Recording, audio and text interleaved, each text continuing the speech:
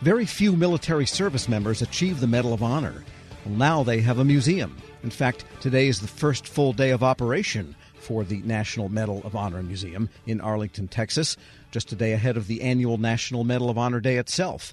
For details, the museum's Executive Vice President, Cory Crowley, joins me now. Mr. Crowley, good to have you with us. I'm glad to be with you. And tell us about this museum. Arlington, Texas doesn't strike you as the top place you might put a Medal of Honor museum. Why is that site chosen? Well, you're not wrong. It began with an effort looking at all of the places you might first think of, like Washington, D.C. The problem is the Medal of Honor recipients themselves, and there's only 61 alive today. At the time, there were about 74. Said to us, if you try to build it in D.C., none of us will be around to see it and walk through the doors with you when it's done because of how long it takes to do things there. And so we launched a search around the country, put out an RFP, and about 27 cities were considered to host the museum. And ultimately it came down to 5 and then 2. And in that choice between Denver, Colorado and Arlington, Texas, Arlington won out, and we broke ground 3 years ago. In 22, and we will open 3 years later to the day later this week. All right, so American Airlines instead of United, I guess, is maybe going to be one of the backers. And who is behind this whole effort anyway? Well, you know, it's a project that has actually united the country, not just politicians who had to vote on various measures along the way, but also donors and supporters. We do have American Airlines as a big backer. The Jones family, who own the Dallas Cowboys, have been large champions of the project and generous supporters. Ken Griffin, the philanthropist, has donated $30 million to help fund the institute, which is now named for him, the National Medal of Honor Griffin Institute, which is all of our educational programming. And so it's really brought together people from all walks of life to support it. It's a $300 million project.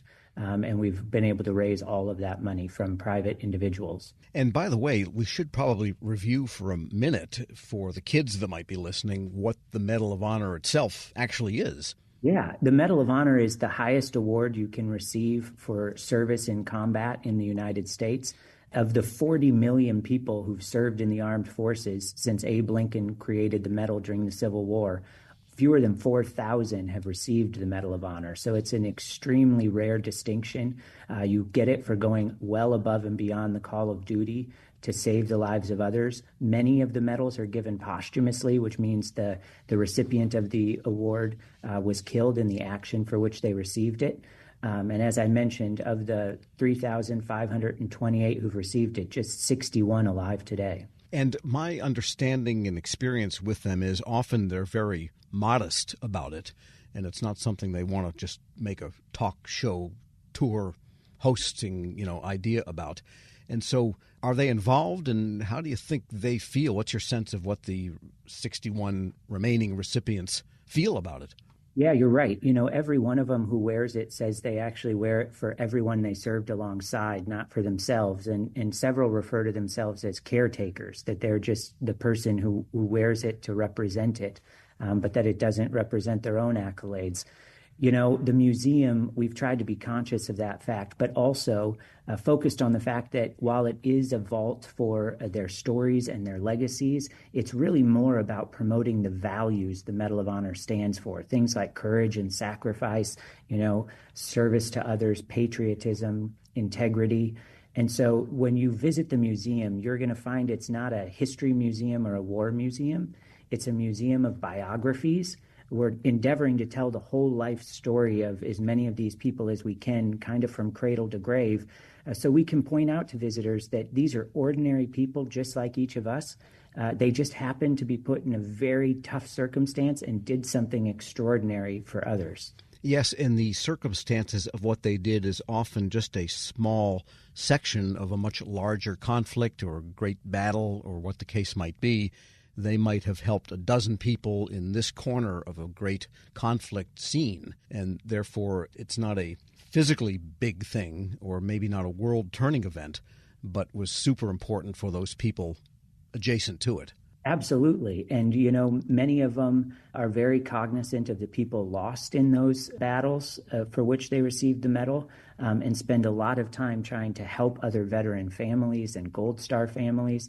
But in the same way that it's not a reflection of the entire war, it's also not a reflection of their entire lives. And that's why we want people to understand those who were fortunate enough to survive their action went on and continued to contribute to society in important and meaningful ways.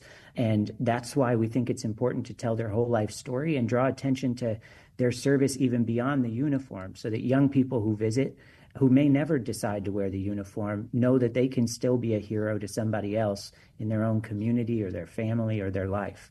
We're speaking with Cory Crowley. He's Executive Vice President of the National Medal of Honor Museum, opening just this week in Arlington, Texas. And tell us about the museum itself. From the renderings that I looked at, it's quite a unique building, really an uplifting kind of structure. Yes, it's a monument sort of in and of itself, designed by world-famous architect Raphael Vignoli. And his vision was this heavy burden. The exhibit deck is made to resemble a block of heavy steel. And the concept being that what the military does on behalf of the United States public to keep us free and keep us safe, they lift this heavy burden and make it look somewhat effortless. And so we've got these 5 mega columns that hold that burden up, and each represents a branch of the United States military that's received the Medal of Honor. And so the block appears to float there over a field of honor almost effortlessly. And that's to kind of symbolize what the military does on our behalf every day, so that we can all live our own dreams. And yet what I'm seeing under the heavy block, inside where you walk, there's a huge amount of light. Yes, there's a ton of glass down there, and those mega columns at their base are connected by what we call a ring of valor. And it's a ring that contains all 3,528 names of those individuals who've received the Medal of Honor. And of course, they're connected by service, they're connected by military branch, they're connected by their belief in doing something greater for the country. And so that's why we thought it should be a central piece of the project. And has the Pentagon, have any active duty people been involved in advising in this in any way? Yeah, General Milley, who was chairman of the Joint Chiefs of Staff at the time we broke ground, was here and spoke at our groundbreaking. We'll have several 3- and 4-star generals at our grand opening that's coming up. And what we've really been proud of is the fact that 4 former commanders-in-chief, Presidents Clinton, Bush, Carter, and Obama, served as our honorary directors. And of course, we lost Carter recently, but they've been very involved in the project, doing PSAs, helping raise money. And we're fortunate that George Bush is able to join us for our ribbon cutting and grand opening celebration. And other military museums, I've been to the Special Forces Museum, there's one in Florida, have items and objects, helicopters, the type of weapon that might have been used in special forces in different eras of the country. For the Medal of Honor, it doesn't necessarily go with things. So are there things in the museum also? And if so, what are they? Or how are the exhibits otherwise structured so that they're interesting, if only verbal?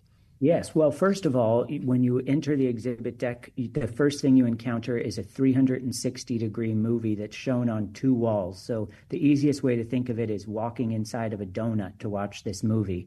It's all around you, 7 minutes about the Medal of Honor, about various actions, and about the values that underpin it. And then you walk out into the exhibit deck, which is a free-flowing exhibit deck, because as I mentioned, this isn't a history museum, so we didn't want it to be linear. It doesn't take you through time. It takes you to people, to personalities, and so you approach them and get to learn about them each differently. And we have collected artifacts. Some are artifacts from the military, uniforms and other things, but we also got a lot of things to represent the rest of these individuals' lives. A Boy Scout jacket for those who that's where their commitment to service started. Objects from their childhood so that you can identify with them as a regular and ordinary person, just like each one of us. But then we've got some really cool interactives as well. You can go on a Huey Dustoff mission. Those were the helicopter missions that were medevacs that saved people's lives, predominantly in Vietnam. So you can, through virtual reality, go on one of those missions. And then we've got 4 individuals, living Medal of Honor recipients, that we recorded over the course of a week and asked them thousands of questions. And now, through the power of AI, we can have visitors come in and you can sit in a small theater and have a conversation with a Medal of Honor recipient. You'll be able to do that long after they're gone. Wow, it's kind of a holographic presentation. Exactly. I've seen that technology.